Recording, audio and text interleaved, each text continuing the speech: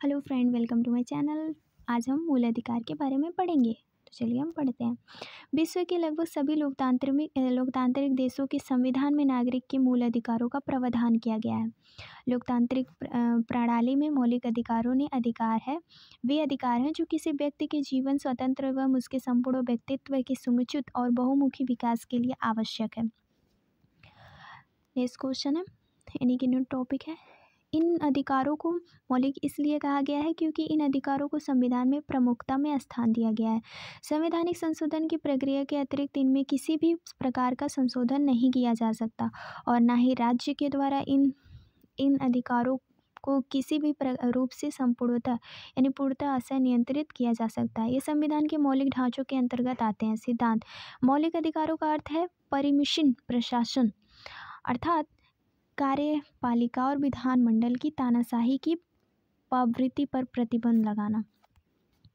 उसके बाद हम देखेंगे, सर्वप्रथम भारत में मौलिक अधिकारों की मांग 1895 में की गई थी और मांग 1791 में अमेरिकी संविधान के अधिकार पत्र से प्रेरित है और वर्ष 1915 एनी बेसेंट द्वारा होम रूल आंदोलन के दौरान ये मूल अधिकारों की मांग की गई थी। वर्ष 1925 में कॉमनवेल्थ ऑफ इंडियन विल में भी इस अधिकारों की मांग की गई थी। वर्ष 1927 में भारतीय राष्ट्रीय कांग्रेस के मद्रास अधिवेशन में यह प्रस्ताव पारित करके मूल अधिकारों के रूप में घोषणा की गई थी और फिर परामर्श समिति की सिफारिश की अनुशंसा पर संविधान के मूल अधिकारों का शामिल किया गया था। भारतीय संविधान के भाग 3 में अनुच्छेद 12 और 35 तक मूल अधिकारों का प्रावधान किया गया है। जैसे कि यहाँ पे कुछ है, जैसे मूल अधिकारों के 7 मूल अधिकार हैं, यानी 6 वर्तमान में 6। समानता का अधिकार 14 से 18, यानी कि समानता का अधिकार 14 से 18, स्वतंत्रता का अधिकार 19 से 22, शोषण के विरुद्ध अधिकार 23 से 24, धर्म के स्वतंत्रता का अधिकार 25 से 28, सांस्कृतिक संबंधित शिक्षा संबंधित अधिकार 29 से 30, यानी सांस्कृतिक और शिक्षा संबंधित 29 से 30, संपत्ति का अधिकार अनुच्छेद 31। अब अनुच्छेद 300 ए यानी 44वां संविधान संशोधन 1978 के द्वारा 300 के अंतर्गत लाया गया, उसको कानून का अधिकार है। संवैधानिक उपचार का अधिकार अनुच्छेद 32 और 35। नेक्स्ट देखते हैं, वर्ष 1931 में कांग्रेस की कराची अधिवेशन में मूल अधिकारों की मांग की गई। 27 फरवरी 1947 को संविधान सभा ने वल्लभ भाई पटेल ने अध्यक्षता के मूल अधिकारों को परामर्श समिति का गठन किया गया। इस उप समिति के सदस्य के.एम. पडिक्कर, राजकुमारी अमृत कौर, के मुंशी, जे.वी. कृपलानी, मीनू मशानी, के.टी. शाह और अलादी कृष्ण अय्यर स्वामी अय्यर हैं। 44वें संविधान संशोधन अधिनियम 1978 के संपत्ति के अधिकार को मूल अधिकारों की सूची को हटाने के बाद वर्तमान में 6 मूल अधिकार हैं, यानी कि मूल अधिकार की कुछ विशेषताएं हैं। जैसे कि पहला, कुछ मूल अधिकार केवल भारतीय नागरिकों के लिए उपलब्ध हैं, यानी अनुच्छेद 15, अनुच्छेद 16, अनुच्छेद 19, अनुच्छेद 29 और अनुच्छेद 30। ये असीमित नहीं है लेकिन वाद योग्य होते हैं उचित प्रतिबंधों के अधीन। ये राज्य की मनमानी कार्रवाई के विरुद्ध उपलब्ध हैं। ये यानी कि कुछ नकारात्मक विशेषता रखते हैं, कुछ सकारात्मक। मूल अधिकार अस्थायी नहीं है, इससे संसद द्वारा संशोधित किया जा सकता है। अनुच्छेद 358 के अनुसार अनुच्छेद 19 को केवल युद्ध बाह्य आक्रमण के आधार पर लगाए गए आपातकाल के दौरान निलंबित किया जा सकता है। इन्हें सशस्त्र विद्रोह के कारण लगाए गए आपातकाल के आधार पर निलंबित नहीं किया जा सकता। अनुच्छेद 359 के अनुसार अनुच्छेद 19 के अतिरिक्त संविधान के भाग 3 में वर्णित किन अधिकारों को कितने समय किस क्षेत्र में निलंबन होगा, इसके लिए राष्ट्रपति आदेश जारी करेगा। जबकि अनुच्छेद 20 और 21 को राष्ट्रीय आपातकाल के दौरान निलंबित नहीं किया जा सकता है।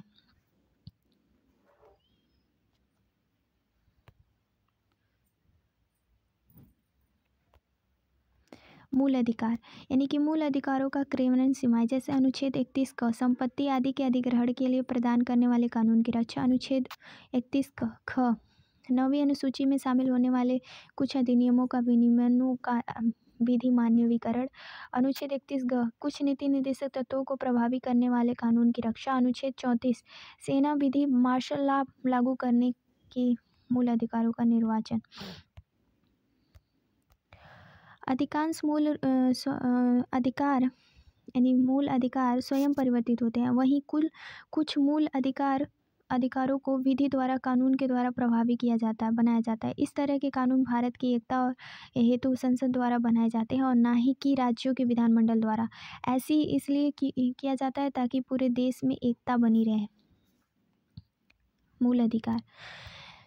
समता का एक अधिकार। अनुच्छेद 14 यानी कि विधि के समक्ष समानता एक विधियों का समान संरक्षण। अनुच्छेद 14 मूल वंश जाति के लिंग या जन्म स्थान के आधार पर भेदभाव। अनुच्छेद 15 लोक नियोजन के विषय में अवसर की समानता। अनुच्छेद 16 अस्पृश्यता का अंत। अनुच्छेद 18 उपाधियों का अंत। अनुच्छेद 18 स्वतंत्रता का अधिकार। 19 से 22 स्वतंत्रता में संबंधित 6 अधिकारों का संरक्षण है, जैसे अनुच्छेद 19 में जैसे वाक और अभिव्यक्ति, सम्मेलन, संघ, संचरण, निवास और पेशावृत्ति।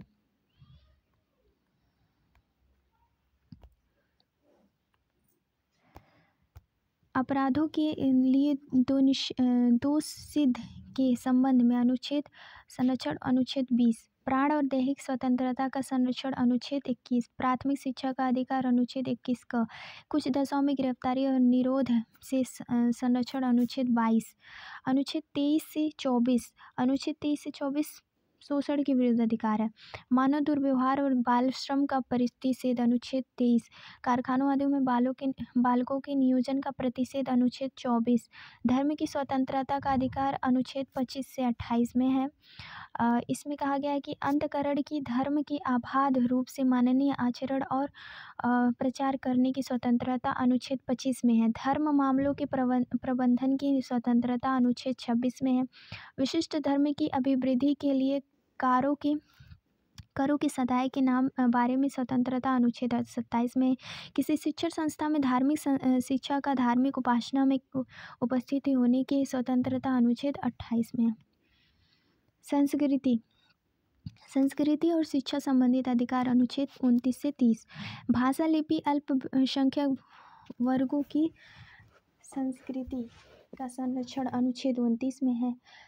शैक्षिक संस्थाओं की स्थापना और प्रशासन के लिए अल्पसंख्यक वर्गों का अधिकार। अनुच्छेद 30 में है। संवैधानिक उपचारों का अधिकार। अनुच्छेद 32 में है। मूल अधिकारों के परिवर्तन कराने के लिए सर्वोच्च न्यायालय जाने का अधिकार मूल ढांचों के सिद्धांत में। अनुच्छेद 32 में है।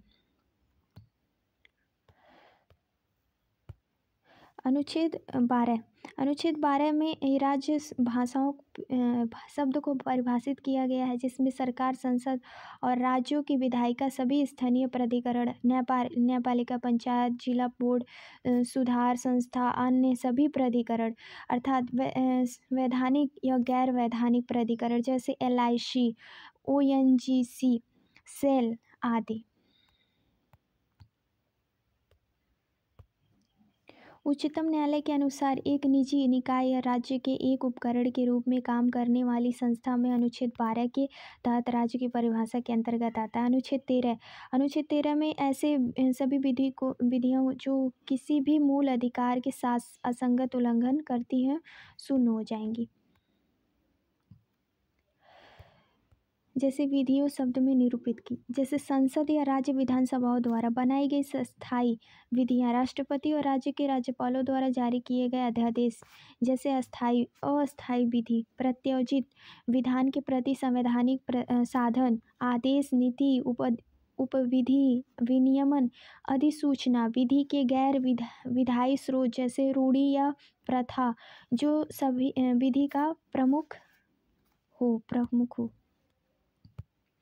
मूल अधिकारों का उल्लंघन होने पर अदालतों में चुनौती दी जा सकती है। ऐसी स्थिति विधि को अवैध घोषित किया जा सकता है। अनुच्छेद 13(2) न्यायिक पुनरावलोकन प्रदान करता है। अनुच्छेद 13 घोषित करता है कि संविधान संशोधन कोई विधि नहीं है, इसलिए इसे चुनौती नहीं दी जा सकती। सर्वोच्च न्यायालय ने केशवानंद भारती 1973 में कहा कि मूल अधिकारों के हनन के आधार पर संविधान संशोधन को चुनौती दी जा सकती है। यदि वह संविधान के मूल ढांचों के विरुद्ध हो तो उसे अवैध घोषित किया जा सकता है। अनुच्छेद 14 की राज्य के किसी भी व्यक्ति को विधि के समक्ष समानता और राज्य की क्षेत्र में विधियों के समान संरक्षण मना नहीं करेगा। तो इसमें विधि के समक्ष समानता का अधिकार ब्रिटिश अवधारणा नकारात्मक अवधारणा है, जबकि विधियों का समान संरक्षण अमेरिकी अवधारणा सकारात्मक अवधारणा है।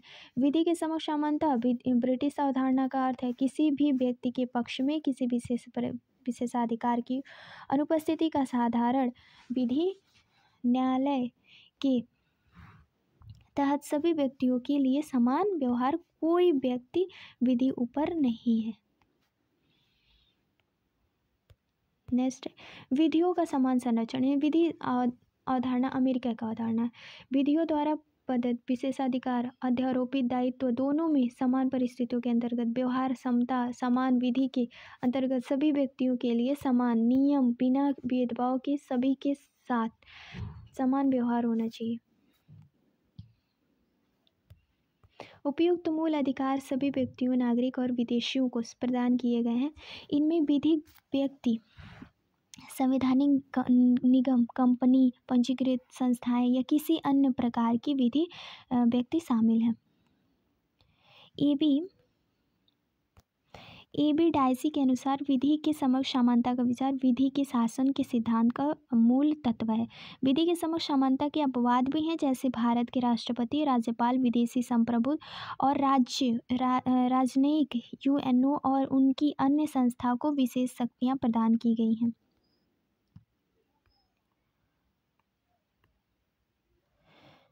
जैसे कि उच्चतम न्यायालय द्वारा अनुच्छेद 31 ग में अनुच्छेद 14 पर वरीयता प्रदान की गई। अनुच्छेद 361 का संसद और राज्य के विधानमंडलों की कार्यवाही के प्रशासन का संरक्षण। कोई व्यक्ति संसद या राज्य विधायी की किसी भी सत्र कार्यवाही में संबंधित विषय वस्तु प्रकाशन समाचार पत्र में करता है तो उस पर किसी भी प्रकार पर दीवानी या फौजदारी का मुकदमा देश के किसी भी न्यायालय में नहीं चलाया जा सकेगा। अनुच्छेद 105 संसद के सदस्यों को संसदीय विशेषाधिकार। अनुच्छेद 194 राज्यों की विधायिका और उसकी समितियों के सदस्यों का विशेषाधिकार। अनुच्छेद 15 कुछ आधारों पर विभेद का प्रतिषेध।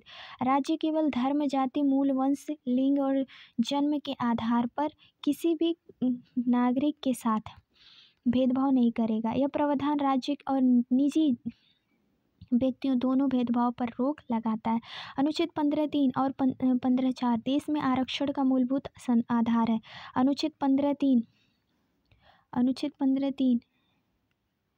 विभेद में प्रतिषेध के इस सामान्य नियम के 4 अपवाद हैं, जो राज्य को महिलाओं और बच्चों के कोई भी प्रावधान करने की अनुमति देता है। राज्य सामाजिक और शैक्षिक रूप से पिछड़े वर्गों में अनुसूचित जाति और जनजाति की उन्नति के लिए विशेष उपबंध कर सकता है। अनुच्छेद 15(4) के तहत राज्य सामाजिक और शैक्षिक रूप से पिछड़े वर्गों में अनुसूचित जाति और जनजाति की उन्नति के लिए शैक्षिक संस्थानों में अल्पसंख्यक शैक्षिक संस्थानों को छोड़कर में प्रवेश के लिए कोई विशेष नियम बना सकता है। नागरिकों की किसी आर्थिक रूप से कमजोर वर्ग की उन्नति के लिए भी कर सकता है। अनुच्छेद 15(6) अपवाद 93 संविधान संशोधन अधिनियम, केंद्रीय शैक्षिक संस्था, प्रवेश में आरक्षण अधिनियम 2006, आईआईटी और केंद्रीय उच्च शैक्षिक संस्था में अन्य पिछड़ा वर्ग के लिए आरक्षण का प्रावधान। शैक्षिक संस्थाओं में आर्थिक रूप से कमजोर वर्ग के लिए आरक्षण उपयुक्त अपवाद 15(6) और 16 को 2009 के 103वें संविधान संशोधन अधिनियम द्वारा जोड़ा गया और यह केंद्र सरकार 2019 में आदेश जारी किया था कि आर्थिक रूप से कमजोर वर्ग ईडब्ल्यूएस को शैक्षिक संस्थानों में प्रवेश के लिए आरक्षण का प्रावधान किया जाएगा। अनुच्छेद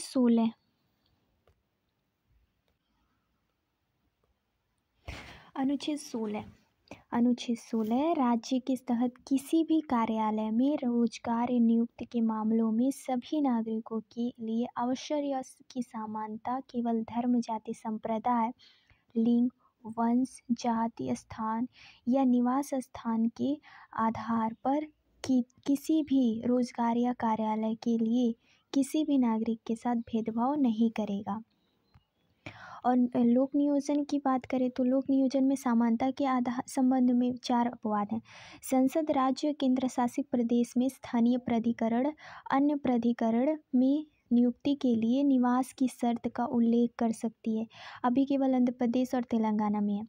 राज्य के किसी भी पिछड़े वर्ग के पक्ष में नियुक्तियों और पदों के आरक्षण का प्रावधान कर सकता है जिसका राज्य सेवाओं में पर्याप्त रूप से प्रतिनिधित्व नहीं है। विधि के अनुरूप किसी संस्था या धार्मिक संप्रदाय से संबंधित या इसके कार्यकारी परिषद के सदस्य की धार्मिक आधार पर व्यवस्था की जा सकती है। चौथा है, राज्य को किसी भी आर्थिक रूप से कमजोर वर्ग के नागरिक की नियुक्ति के पक्ष में आरक्षण का प्रावधान करने की अनुमति दी गई है। अनुच्छेद 17 कहता है अस्पृश्यता का अंत। अनुच्छेद 17 अस्पृश्यता का अंत। किसी भी रूप में अस्पृश्यता का निषेध अस्पृश्यता अपराध अधिनियम 1955 जिसे अनुच्छेद 1976 में संविधान संशोधित किया गया और नया नाम नागरिक अधिकार संरक्षण अधिनियम 1955 दिया गया। अस्पृश्यता शब्द को संविधान या अधिनियम में पारित नहीं किया है। मैसूर उच्च न्यायालय ने अनुच्छेद 17 के मामले में कहा कि इसे शाब्दिक और व्याकरणिक अर्थ में नहीं समझना चाहिए क्योंकि यह ऐतिहासिक रूप से विकसित हुआ है। इसके आधार पर कुछ वर्गों और सामाजिक निर्योग्यता थोप दी गई है जबकि कुछ व्यक्तियों के सामाजिक बहिष्कार या धार्मिक सेवा आदि इनका बहिष्कार नहीं किया गया है। उच्चतम न्यायालय ने अनुच्छेद 17 के तहत व्यवस्था दी अस्पृश्यता के अपराधों की जांच राज्य का संवैधानिक दायित्व होगा ताकि इस अधिकार का उल्लंघन न हो और उसके हनन को रोकने के लिए कदम उठाया जाए। अनुच्छेद 18 उपाधियों का अंत। राज्य के किसी भी व्यक्ति को चाहे वह व्यक्ति भारतीय नागरिक हो या विदेशी हो किसी भी उपाधि सैन्य शैक्षिक सम्मान को छोड़कर प्रदान करने का निषेध करता हो। भारत में नागरिकों का किसी भी विदेशी राज्य से किसी का उपाधि किसी को स्वीकार करने का निषेध करता है। 1996 में सर्वोच्च न्यायालय ने राष्ट्रीय पुरस्कार भारत रत्न पद्म भूषण पद्म विभूषण पद्मश्री को संवैधानिक वैधता प्रदान की थी। कब? 1996 में। सर्वोच्च न्यायालय ने कहा कि वे पुरस्कार या सम्मान उपाधि अनुच्छेद 18 के प्रावधानों का उल्लंघन नहीं करते। सर्वोच्च न्यायालय ने यह भी कहा कि पुरस्कार पाने वाले व्यक्ति द्वारा प्रत्यय उपसर्ग के रूप में इसका प्रयोग नहीं किया जाना चाहिए अन्यथा उन्हें पुरस्कार वापस देना होगा। राज्य के तहत लाभ या विश्वास का पद धारण करने वाला कोई भी व्यक्ति किसी भी विदेशी राज्य में या उनके अधीन किसी भी रूप में कोई भेंट उपलब्धि या पद राष्ट्रपति की सहमति के बिना स्वीकार नहीं कर सकता। अनुच्छेद 19 स्वतंत्रता का अधिकार।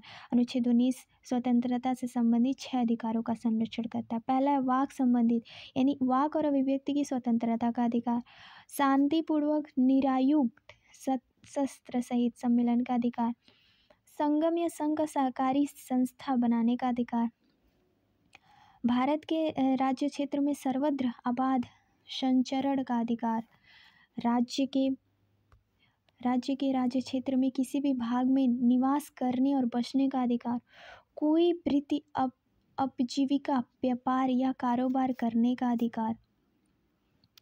उपयुक्त छठे अधिकार की रक्षा केवल राज्य के विरुद्ध मामले में कर सकते हैं ना कि निजी मामले में।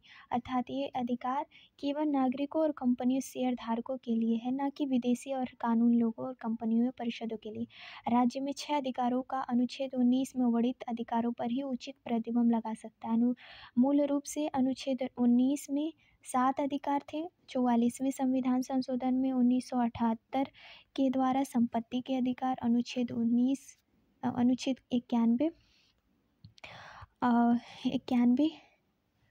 1F को हटा दिया गया था जो अनुच्छेद 300 को यानी 19 वो एक को हटा दिया गया था, जो अनुच्छेद 1 क के अंतर्गत संवैधानिक अधिकार के रूप में संलग्न किया गया है। अनुच्छेद 19 वाक और अभिव्यक्ति की स्वतंत्रता का उच्चतम न्यायालय ने वाक और अभिव्यक्ति की स्वतंत्रता में निम्नलिखित शामिल किए हैं, जैसे कि कौन कौन से हैं? अपने विचारों के साथ साथ दूसरों के विचारों में प्रसारित करने का अधिकार, प्रेस स्वतंत्रता, प्रेस की स्वतंत्रता, व्यवसायिक विज्ञापनों की स्वतंत्रता, फ़ोन टैपिंग के विरुद्ध अधिकार, प्रसारित करने का अधिकार, अर्थात सरकार पर इलेक्ट्रॉनिक मीडिया पर कोई आधिकारिक अधिकार नहीं, किसी राजनीतिक दल या संगठन द्वारा आयोजित बंद करने के विरुद्ध अधिकार। उसके बाद सरकारी विधि के बारे में जानने का अधिकार, शांति का अधिकार, अखबार या पूर्ण प्रतिबंध के विरुद्ध अधिकार, प्रदर्शन और विरोध अधिकार, लेकिन हड़ताल न करने का अधिकार नहीं, यानी कि इसमें हड़ताल न करने का अधिकार नहीं दिया गया। अनुच्छेद 19(1) अनुच्छेद 19 क वाक की अभिव्यक्ति की स्वतंत्रता का राज्य युक्तियुक्त प्रतिबंध, यानी युक्तियुक्त प्रतिबंध लगा सकता है। प्रतिबंध लगाने का आधार इस प्रकार है, जैसे भारत की संप्रभुता और अखंडता, राज्य की सुरक्षा, विदेशी राज्यों के साथ मैत्रीपूर्ण संबंध, सार्वजनिक आदेश, शिष्टता, नैतिकता, न्यायालय की अवहेलना, मनहानि, अपराध में संलिप्तता। अनुच्छेद 19(1) ख अनुच्छेद 19 ख कहता है कि शांतिपूर्वक सभा और सम्मेलन करने की स्वतंत्रता, सभी नागरिकों को बिना हथियारों के शांतिपूर्वक संगठित होकर सार्वजनिक सभा, प्रदर्शन और जुलूस निकालने का अधिकार प्रदान किया गया है। इस स्वतंत्रता का उपयोग केवल सार्वजनिक भूमि पर बिना हथियार के किए जा सकता है। यह व्यवस्था हिंसा, अव्यवस्था, गलत संगठन और सार्वजनिक शांति भंग करने के लिए नहीं है। इस अधिकार में हड़ताल का अधिकार शामिल नहीं है। नेक्स्ट है भारत की संप्रभुता और अखंडता, सार्वजनिक आदेश, धारा 144। आपराधिक प्रक्रिया संहिता 1973। मजिस्ट्रेट एक सभा बैठक में जुलूस को रोक सकता है। मानव जीवन के लिए खतरा, स्वास्थ्य और सुरक्षा, सार्वजनिक जीवन में व्यवधान या दंगा भड़काने के आधार पर दंडित भारतीय दंड संहिता आईपीसी की धारा 141। आईपीसी की धारा 141 के तहत 5 या अधिक व्यक्तियों का संगठन कानून हो सकता है, यानी किसी भी कानून या कानूनी प्रक्रिया के निष्पादन का निरोध करना, किसी व्यक्ति की संपत्ति पर बलपूर्वक अधिकार करना।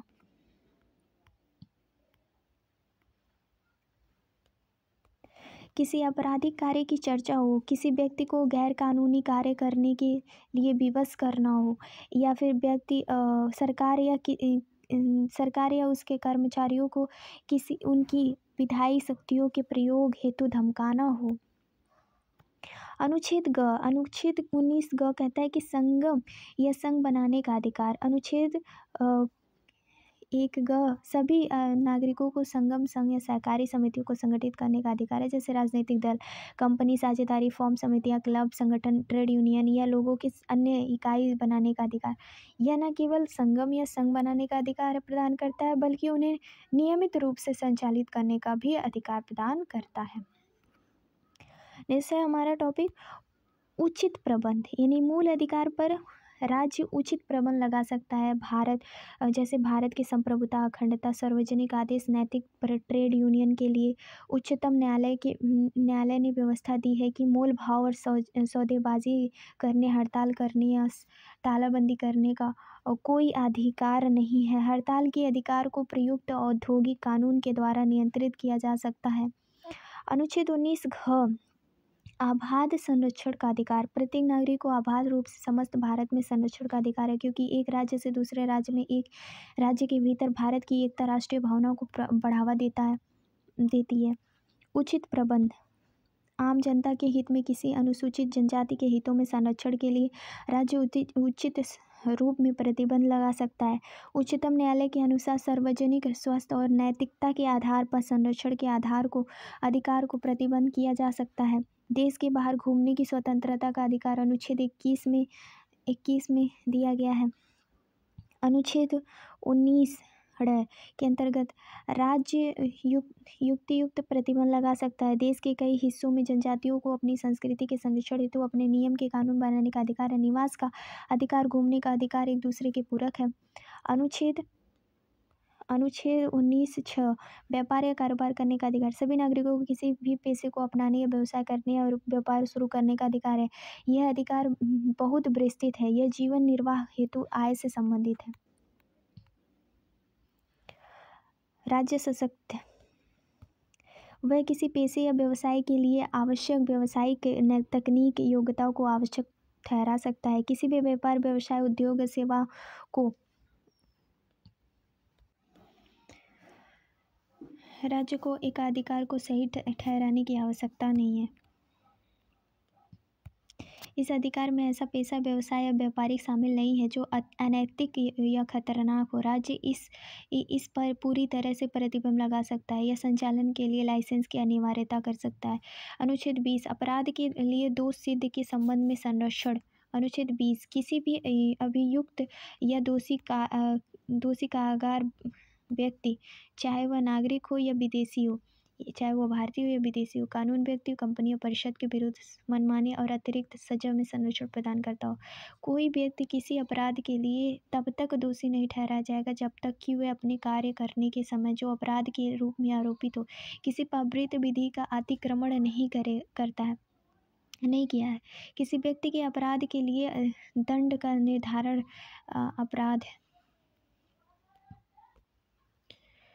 करते समय प्रवृत्त विधि के अनुसार किया जाएगा।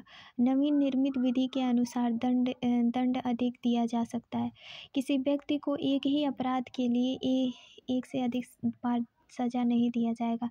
किसी भी व्यक्ति के लिए अभियुक्त किसी व्यक्ति को खुद विरुद्ध गवाह बनने के लिए विवश नहीं किया जाएगा। मौखिक और दस्तावेजी साक्ष्य दोनों के लिए इसका विस्तार दीवानी सुनवाई पर नहीं हो सकता या जो सुनवाई आपराधिक प्रकृति की न हो।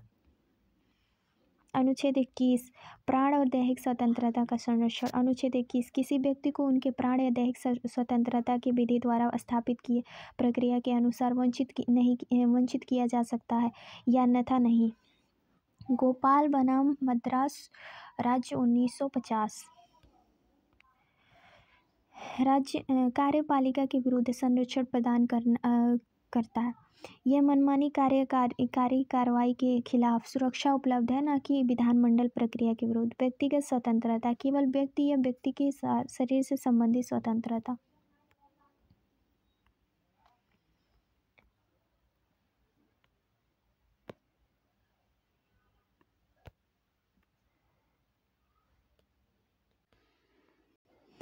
मेनका गांधी केस 1978। अनुच्छेद 21 के व्यापक व्यक्ति के जीवन और व्यक्तिगत स्वतंत्रता के अधिकार को विधि द्वारा वंचित नहीं किया जा सकता बशर्ते वह विधि द्वारा निर्धारित उचित निष्पक्ष न्यायपूर्ण हो। जीवन का अधिकार यानी मानवीय गरिमा के साथ जीवन जीने का अधिकार। व्यक्तिगत स्वतंत्रता व्यापक आयाम जिसमें कई प्रकार के अधिकार शामिल हैं जो किसी व्यक्ति की व्यक्तिगत स्वतंत्रता का गठन। अनुच्छेद 21 का शिक्षा का अधिकार। 6 से 14 वर्ष की आयु के सभी बच्चे निःशुल्क शिक्षा का अनिवार्य इनका प्रदान करेंगे।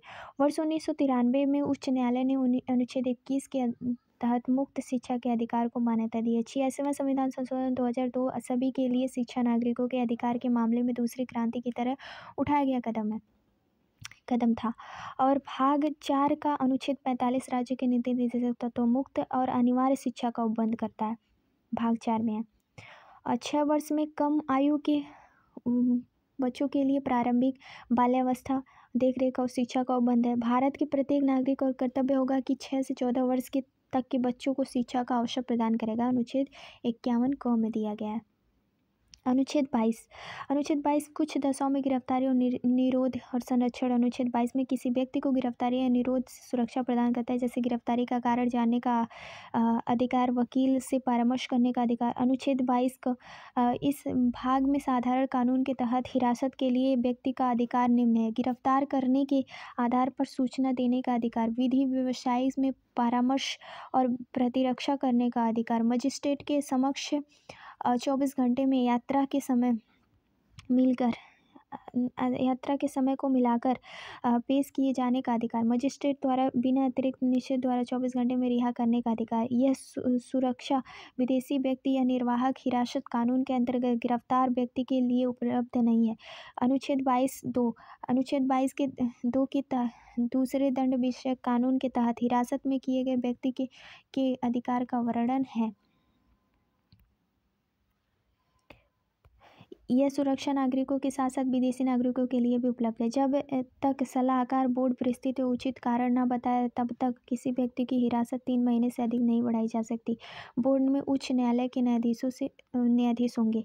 अनुच्छेद 22 संसद को यह निर्धारित करने के लिए अधिकृत करता है कि किन परिस्थितियों के अधीन और किस वर्ग और वर्गों के मामलों में किसी व्यक्ति को एक निर्वाहक रोधक कानून के तहत 3 महीने से अधिक समय तक हिरासत में नहीं रखा जा सकता। बिना सलाहकार समिति की राय प्राप्त किए किसी वर्ग या वर्गों के मामलों में कितनी अवधि के लिए किसी व्यक्ति को निर्वाहक निरोध का उपबंध कराने वाली किसी विधि के अधीन विरुद्ध किया जा सकेगा। जांच में एक सलाहकार बोर्ड द्वारा पालन की जानी चाहिए।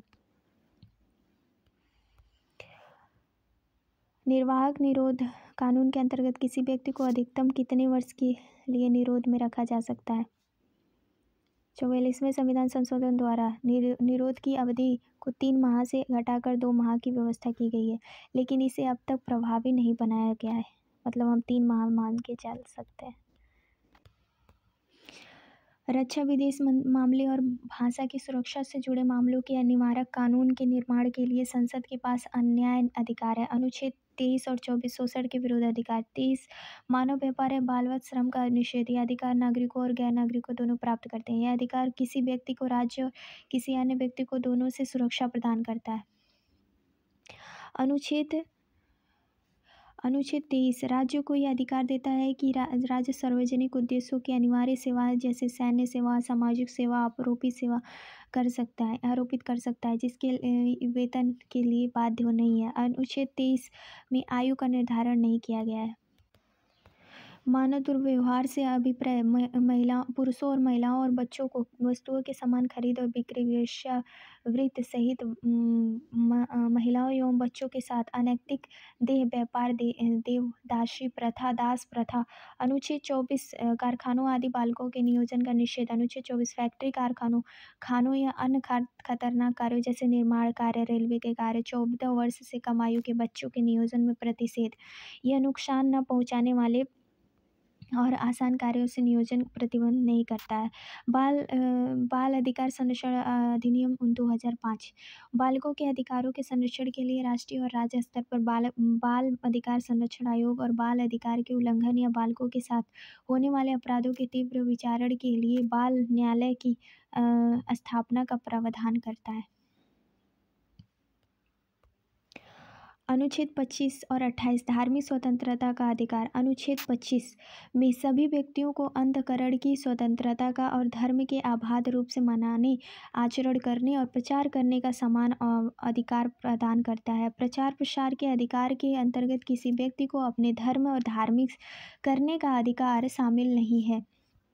अनुच्छेद 25 में धार्मिक विश्वास और धार्मिक पूजा परंपरा के आचरण का अधिकार प्रदान करता है। इसके कुछ अपवाद भी हैं जैसे लोक व्यवस्था, नैतिक स्वास्थ्य, मूल अधिकारों से जुड़े अन्य प्रावधान के उल्लंघन, धर्मांतरण आदि के मामले में लागू नहीं है। अनुच्छेद 26 धार्मिक कार्यों के प्रबंधन की स्वतंत्रता। अनुच्छेद 26 प्रत्येक धार्मिक समुदाय और उसके किसी अनुभाग को निम्नलिखित अधिकार प्राप्त होंगे और धार्मिक और मूर्त प्रयोजनों के लिए संस्थाओं की स्थापना और पोषण का अधिकार, चल एवं अचल संपत्ति को अर्जित करने और उनका स्वामित्व रखने का अधिकार, ऐसी संपत्ति को विधि के अनुसार प्रशासित करने का अधिकार, स्वयं के धर्म विषयक कार्यों के प्रबंध का अधिकार है। अनुच्छेद 25 का अंतःकरण की स्वतंत्रता और धर्म के अबाध अनुकरण एवं प्रसार का अधिकार धार्मिक मामलों के प्रबंधन की स्वतंत्रता देता है। अनुच्छेद 25(2) व्यक्तिगत अधिकारों की गारंटी देता है। अनुच्छेद 25(3) को व्यक्तिगत धार्मिक स्वतंत्रता की रक्षा करता है। अनुच्छेद 25 ख के तहत प्राप्त अधिकार, लोक व्यवस्था, नैतिक स्वास्थ्य, मूल अधिकारों से जुड़े अन्य प्रावधान के उल्लंघन और धर्मांतरण के मामलों में लागू नहीं होगा। अनुच्छेद 26 कहता है कि धार्मिक कार्यों के प्रबंधन की स्वतंत्रता। अनुच्छेद 26 क एक धार्मिक संप्रदाय और उनके अनुभागों को अधिकार प्रदान करता है। अनुच्छेद 26(2) सामूहिक रूप से धार्मिक अधिकारों की रक्षा करता है। अनुच्छेद 25 के तहत अनुच्छेद 26 भी लोक व्यवस्था, नैतिक स्वास्थ्य, मूल अधिकारों से जुड़े अन्य प्रावधानों के उल्लंघन में धर्मांतरण के मामले में लागू नहीं होगा। धर्म की अभिवृद्धि के लिए समुदाय से स्वतंत्रता। अनुच्छेद 27 किसी भी व्यक्ति को किसी विशिष्ट धर्म या धार्मिक संप्रदाय अभिवृद्धि या पोषण में व्यय करने के लिए करों के समुदाय के लिए बाध्य नहीं किया जाएगा। उसके माध्यम से राज्य को किसी धर्म के मुकाबले दूसरे धर्म का पक्ष लेने से रोकने का प्रावधान किया गया है। करों के रूप में एकत्र धन का प्रयोग सभी धर्मों के रखरखाव और उन्नति के लिए किया जा सकता है। यह व्यवस्था केवल एक उगाही पर रोक लगाती है, निःशुल्क पर नहीं। अनुच्छेद 28 धार्मिक शिक्षा और उपस्थित होने का स्वतंत्रता। अनुच्छेद 28 के अंतर्गत राज्य निधि से पूर्वतः संचालित किसी भी शैक्षिक संस्था में धार्मिक शिक्षा नहीं दी जाएगी, यद्यपि राज्य द्वारा प्रशासित किंतु किसी विन्यास और न्यास द्वारा स्थापित संस्थाओं के लिए व्यवस्था लागू नहीं होती। अनुच्छेद 28 शिक्षा संस्थाओं में 4 प्रकार के विभेद करता है। पूर्वतः राज्य पोषित संस्था, धार्मिक निर्देश, पूर्वतः निषेध। राज्य द्वारा प्रशासनिक किंतु न्यास और स्थापित धार्मिक शिक्षा की अनुमति, और राज्य द्वारा मान्यता प्राप्त संस्था और राज्य द्वारा वित्त सहायता प्राप्त करने वाले संस्था। अनुच्छेद 29 धार्मिक एवं भाषाई अल्पसंख्यकों को सुरक्षा प्रदान करना। अनुच्छेद 29 भारत के किसी भी भाग में रहने वाले नागरिकों किसी भी अनुभाग में किसी भी जिसकी अपनी बोली, भाषा, लिपि, संस्कृति को सुरक्षित करने का अधिकार। किसी भी नागरिक को राज्य के अंतर्गत आने वाली शैक्षिक संस्थाओं या राज्य में सहायता प्राप्त करने में धर्म, जाति या भाषा के आधार पर प्रवेश नहीं दिया जाएगा, यानी नहीं दिया जाएगा। किसी भी समुदाय जो धार्मिक अधिकारों की सुरक्षा करने वाले प्रावधान, नागरिकों के व्यक्तिगत अधिकारों की गारंटी के प्रावधान, चाहे वह जो भी समुदाय का हो, वह धार्मिक और भाषाई दोनों अल्प सुरक्षा प्रदान करता है। और संविधान अल्पसंख्यक को परिभाषित नहीं किया जाता है, नहीं करेगा।